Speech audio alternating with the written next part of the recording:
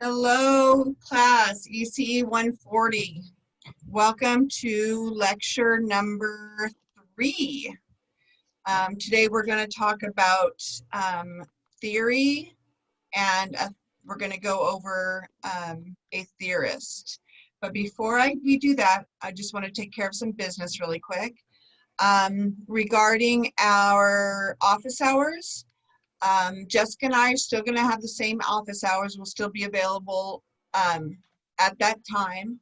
The difference is now, unless anyone of you request ahead of time a Zoom live, if you have questions about the content, if you want to have a conversation about the content, if you have questions about an assignment that you feel like needs a live discussion, if you need some support in any way that you think it would be better or more effective through a live conversation, email us at the latest.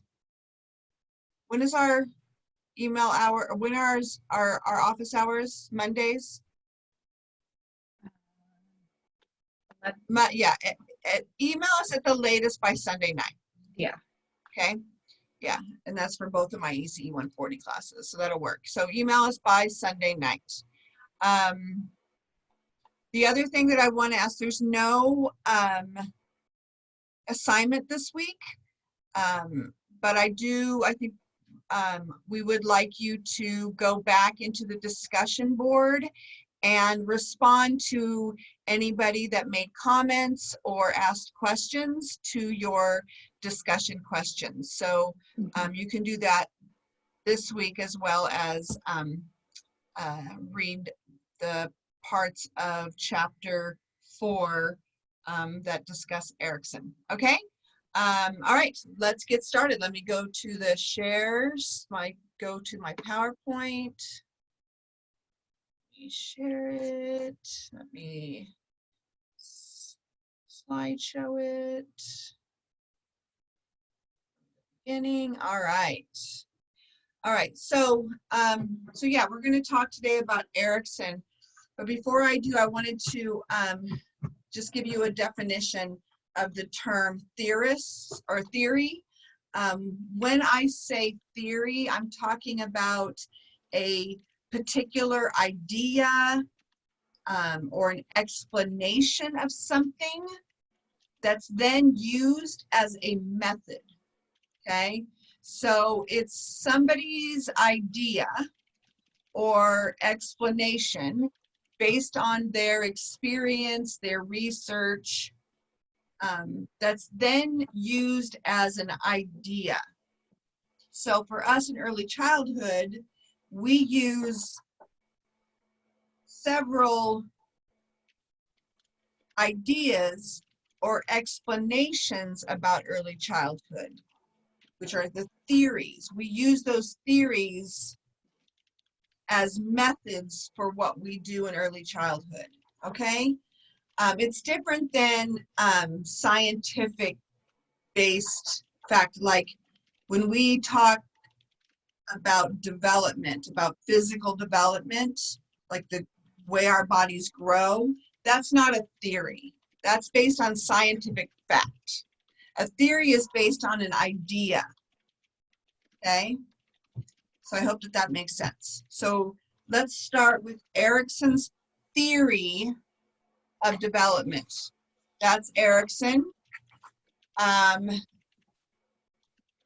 He was a psychosocial development theorist, okay?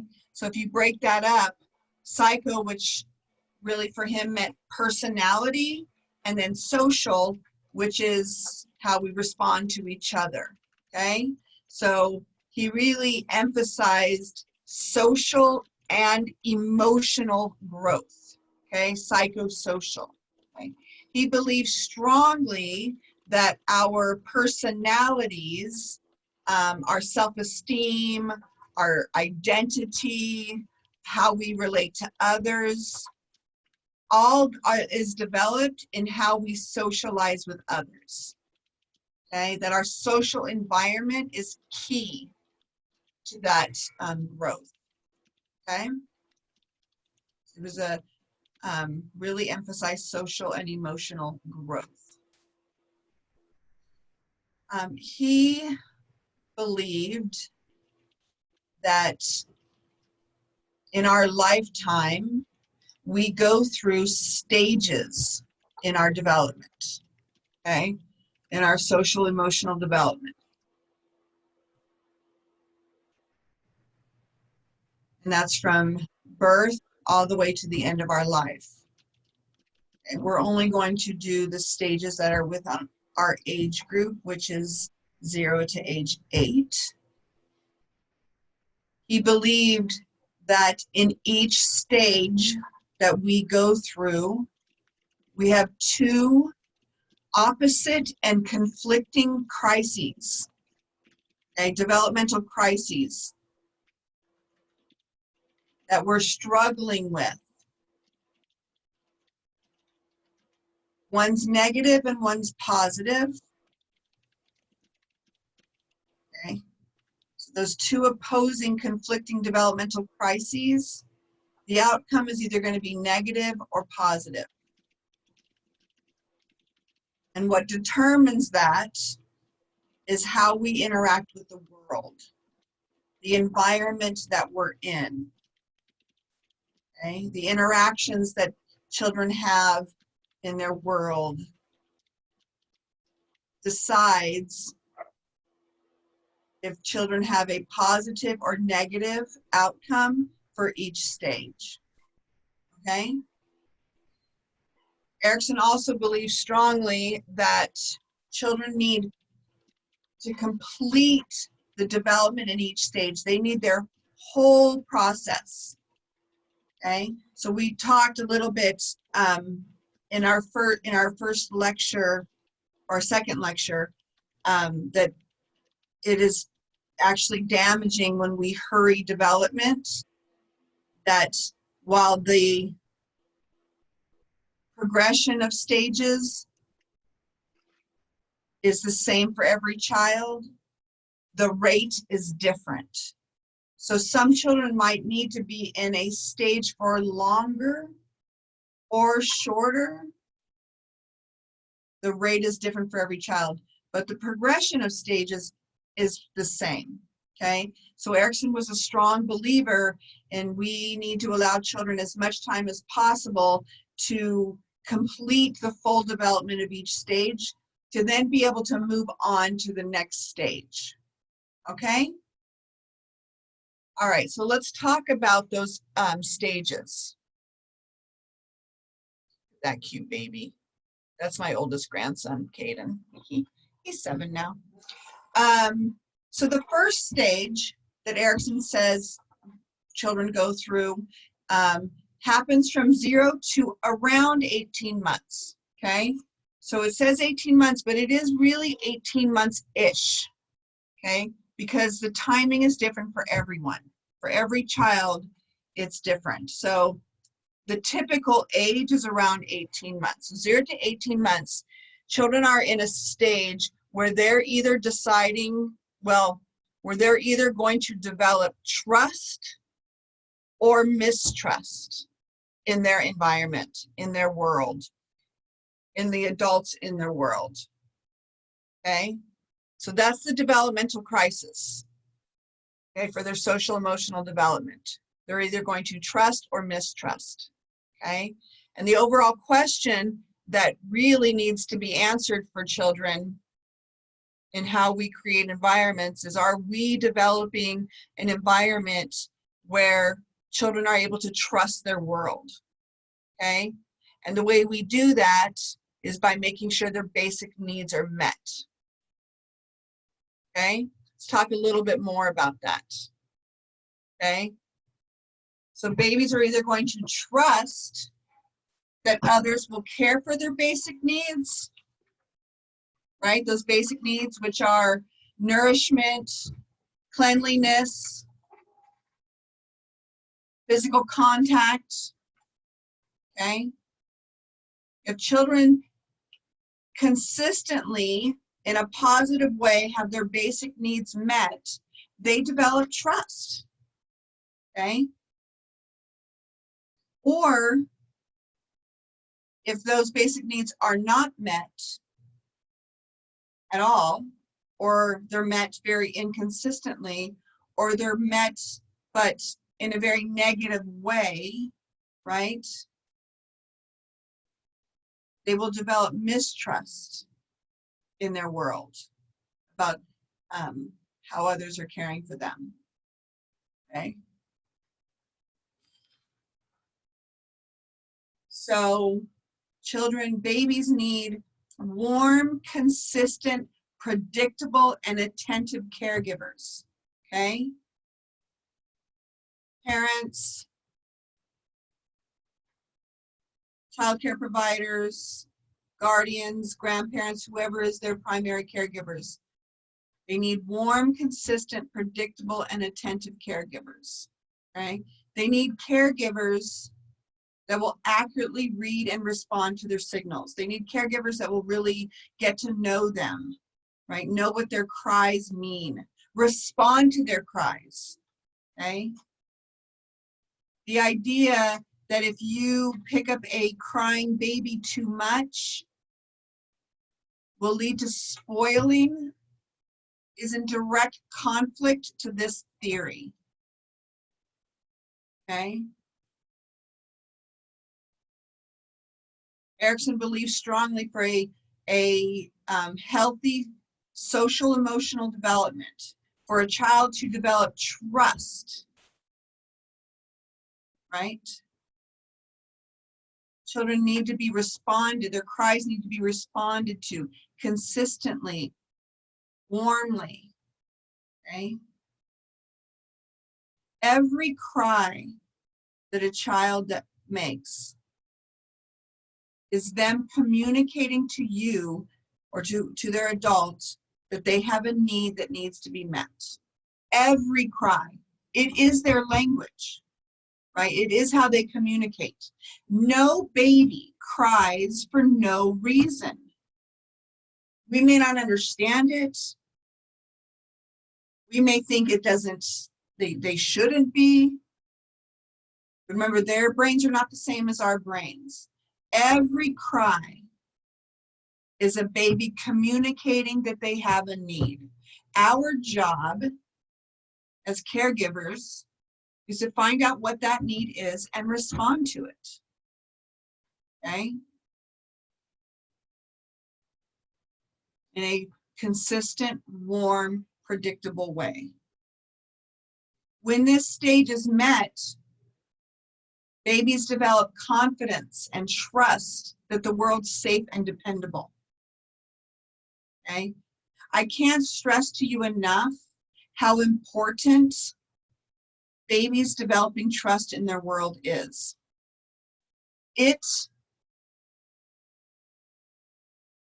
is directly connected to every relationship they will have for the rest of their life. What happens in this stage? Okay. If anybody's ever been to therapy or seen it on TV, one of the first questions they ask, tell me about your relationship with your mother. What did your childhood look like, even early on? Okay.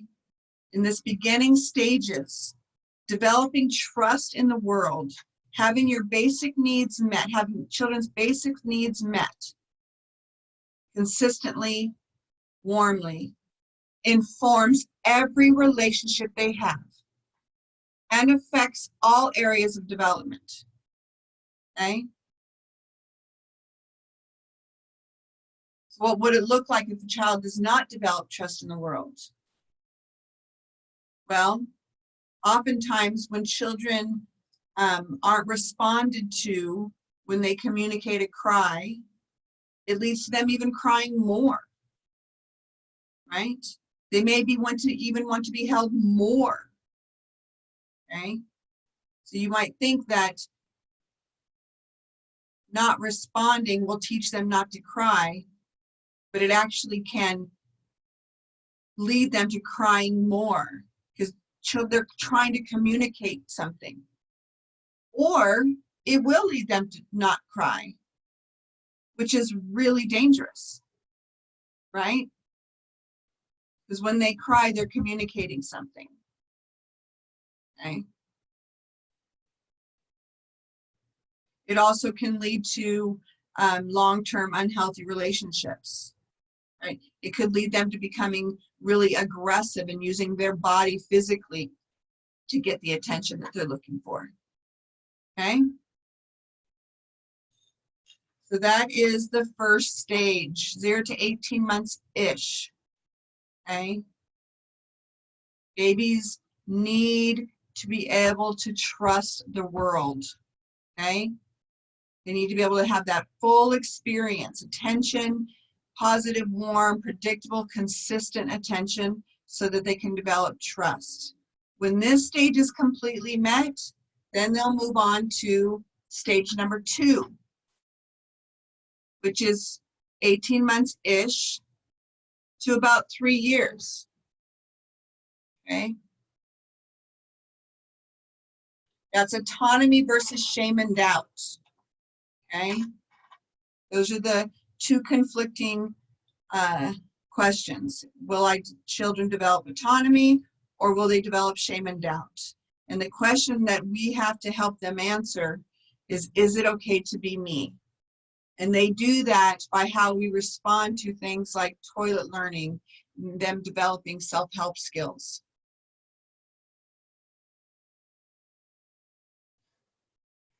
During this stage, you see 18 months to 3 years, the big thing that's happening is a lot of physical development, right? They learn how to walk, they learn how to run, right? Okay. They're starting to learn language.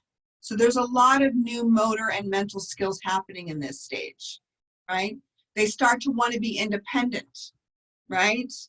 Do things on their own. That's autonomy, okay?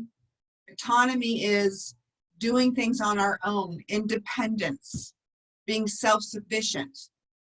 So depending on how we respond to this drive to be independent, them wanting to do things on their own because they have these new physical capabilities, these mental capabilities, they're either going to continue to develop independence or, depending on how we respond to them, feel shame and doubt, okay? How we respond to these 2-year-olds who are trying to, you know, put on their shoes. They can take them off really well, but they can't put them on, right? Pour their own milk, right? Figure out how to play with others, okay? Learning how to use a toilet, brush their own teeth, get dressed. They can take off their clothes, they can't put them on very well, but they're gonna wanna try, right? And they're gonna, the back and forth is gonna happen. You know, no, I do it, I can't do it, right? No, don't help me. I need my hand, I need your help, right? That's gonna happen because they're gonna want to be independent, right?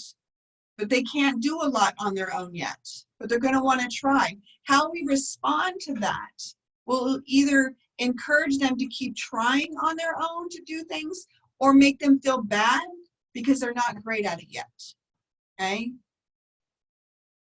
So the object or the objective of this stage is for them to learn how to continue to want to learn how to do things, right? And gain self-control, right? Which is a big deal, right? To kind of regulate their emotions without their self-esteem being damaged, right? They need us to provide clear and consistent limits, right? Give them opportunities to make choices when you can, right? Okay, I know you want to put your shoes on by yourself.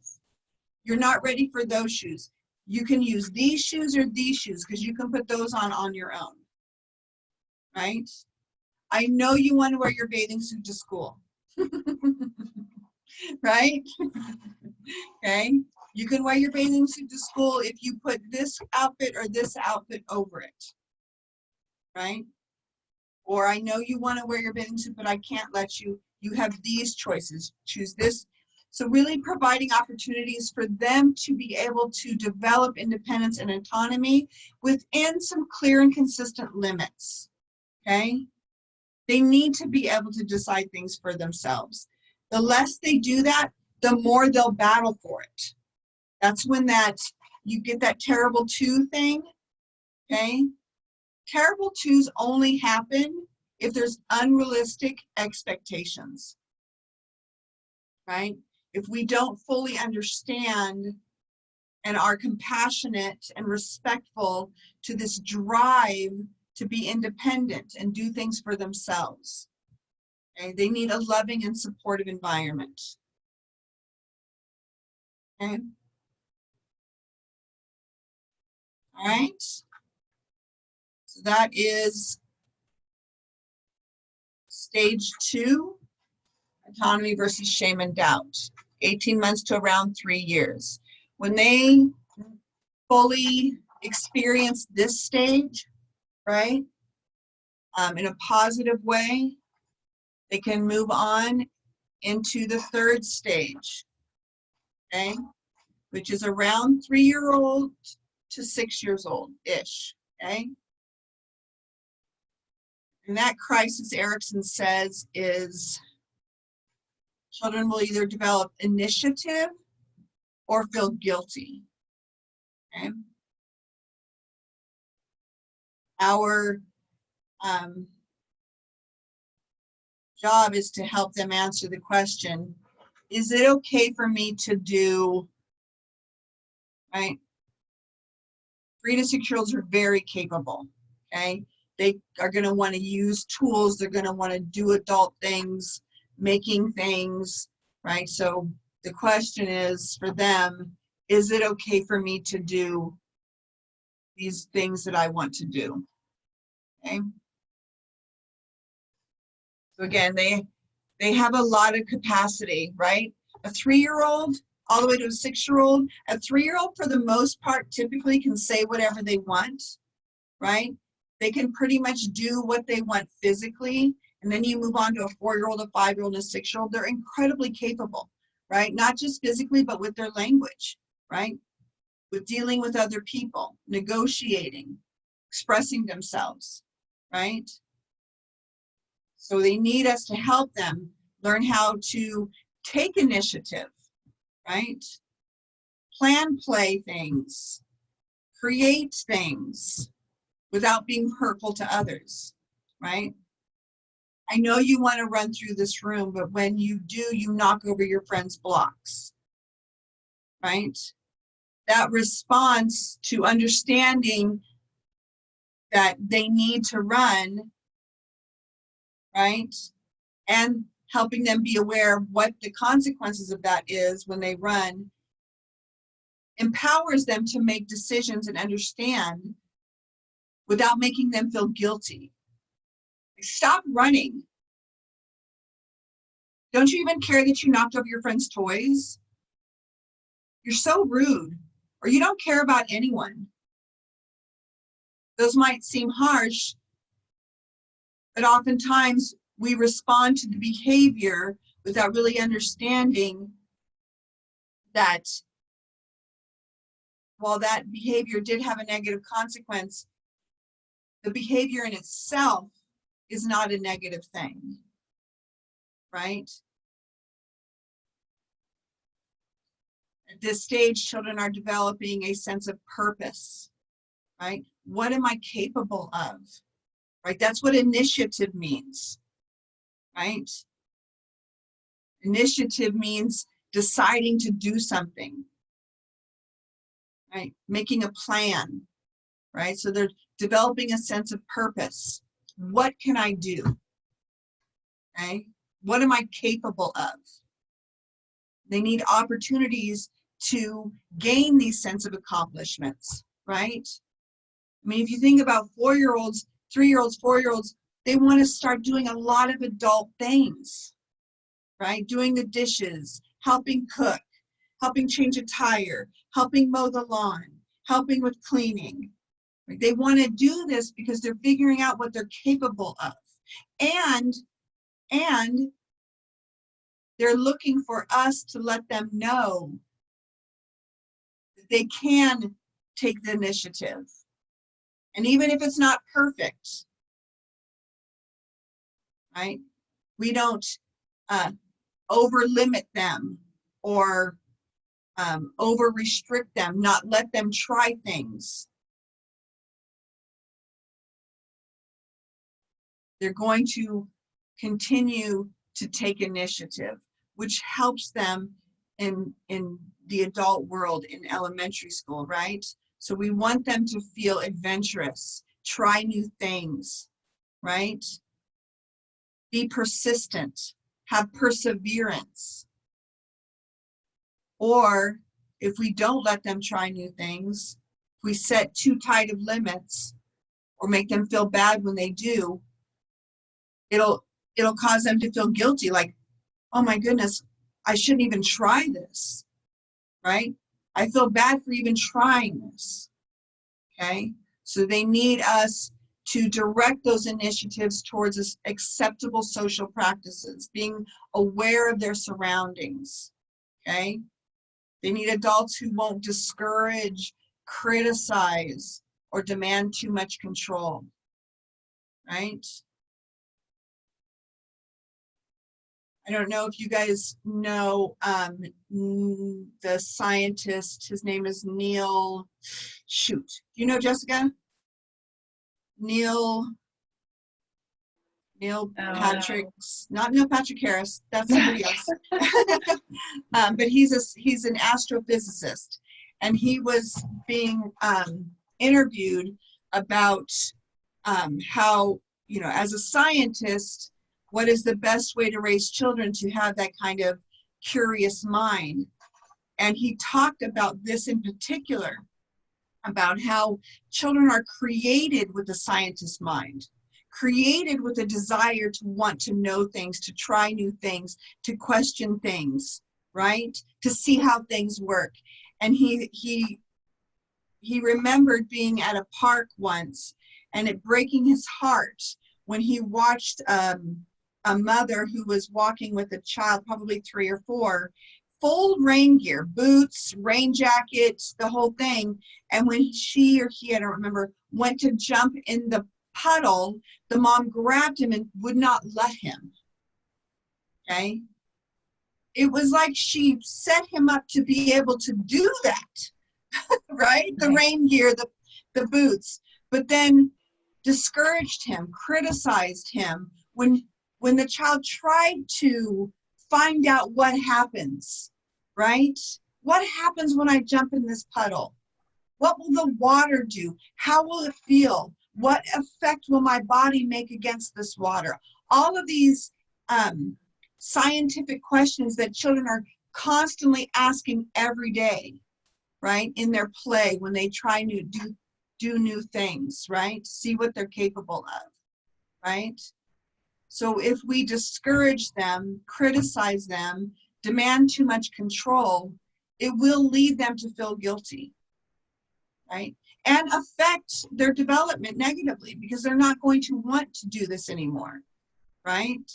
They need environments that are safe and offer opportunities to master new skills, okay? All right, that is initiative versus guilt. So when this stage is fully met, right, they have positive experiences, environments that allow them to develop initiative.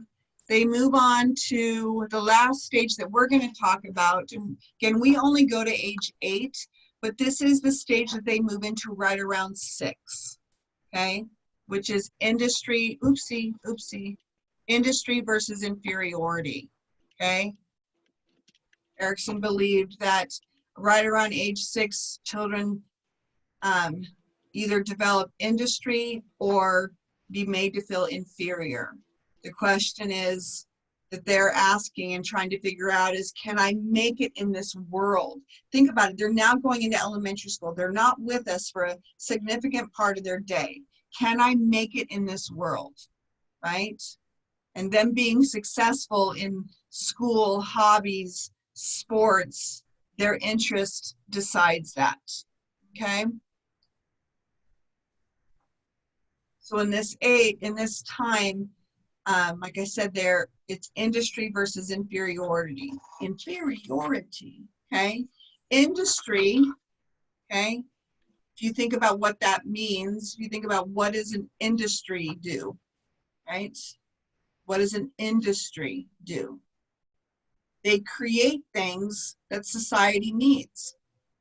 That's what, you know, I don't know, right now, the alcohol industry, the distillery industry, okay, they're now creating hand sanitizer, right? So their industry has changed from alcohol to hand sanitizer because that's what the society needs, okay?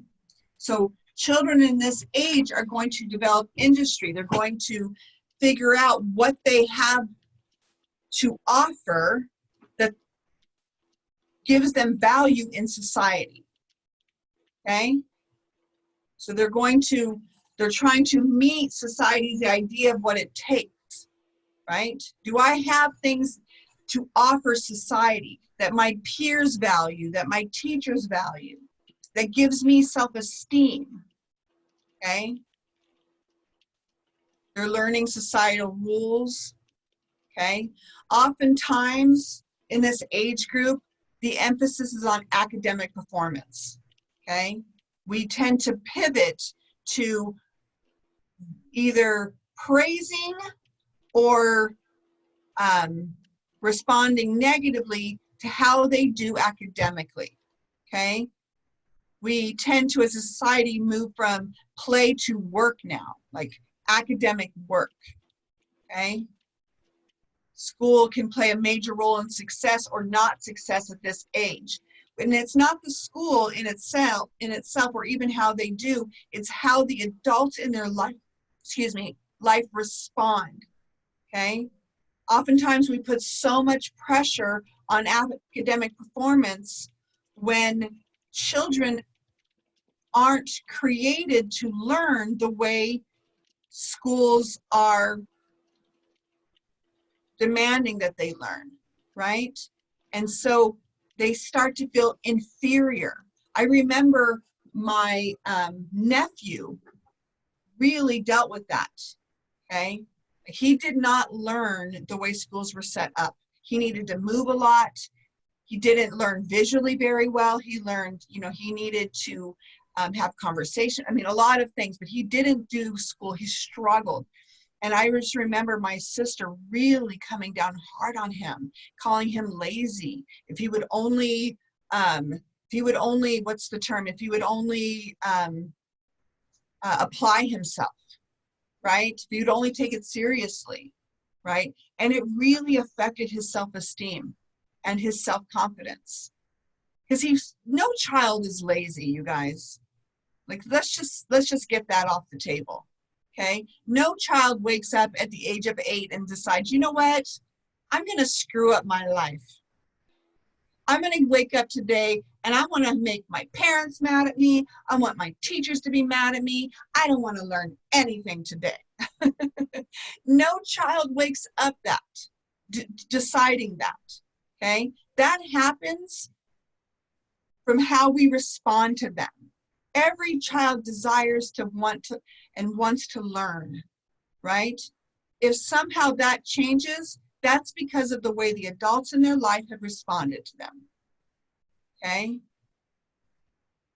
So sometimes for children, we need to find other ways besides academic performance to help them to develop their self-esteem, to keep intact their identity, to help them find value, right? To help them know that they have something to offer, right? Things like drawing, writing, playing games, sports, music, gaming, right? Sometimes we, just in gaming itself, we think that that's a waste of time, and we often take those things away from them, right? If they're, for my nephew in particular, he loved basketball. Like that was his tribe, his basketball teams. And I remember my sister calling me once and being so frustrated and telling me that she was going to take basketball away unless his grades went up. And I pleaded with her, please don't take the one space in his life right now where he is developing a positive identity, where he is hearing positive things about himself, where he has a community where he feels valued and belonged. The one place, right? Take away TV, take away his phone, take away, you know, other things, right? But don't take away the one place where he has industry, right? Where he is developing a sense of value and self-esteem and self-confidence, all right? So children in this stage need adults who acknowledge efforts and abilities, not perfection, right? My kids never saw their report cards. That's not true. My daughter did because she wanted to, right? I tried to keep them away from her, but she knew. But my son, and when I could, they never saw the report cards because that, I didn't want that to be their value. I wanted them to develop a work ethic, right? A perseverance, right? A desire to work for the desire to work, right? And so we need to acknowledge their efforts, their work ethic, right? What they're capable of, not perfection, right? And children will naturally develop the ability to persevere and be diligent when that's what's acknowledged, not our idea of what they should be doing, right? We want children to feel competent, right? Acquiring this virtue of competency, okay? So that is the last stage. I feel somewhat, I have to say to you, this is typically a very, in my opinion, interactive lecture. And Jessica, you can, you know, speak to that because you've heard me do this lecture a lot. Yeah. Yeah, we tend to have a lot of classmates because most of them have had children at some point in one of these stages. And so I encourage you, you know, my hope is that as you were listening, you were writing down questions. And if you want to have further conversation, let us know and we'll do a Zoom live. All right. So this is Erikson, okay? Psychosocial developmental theorist. All right. That's it. Let me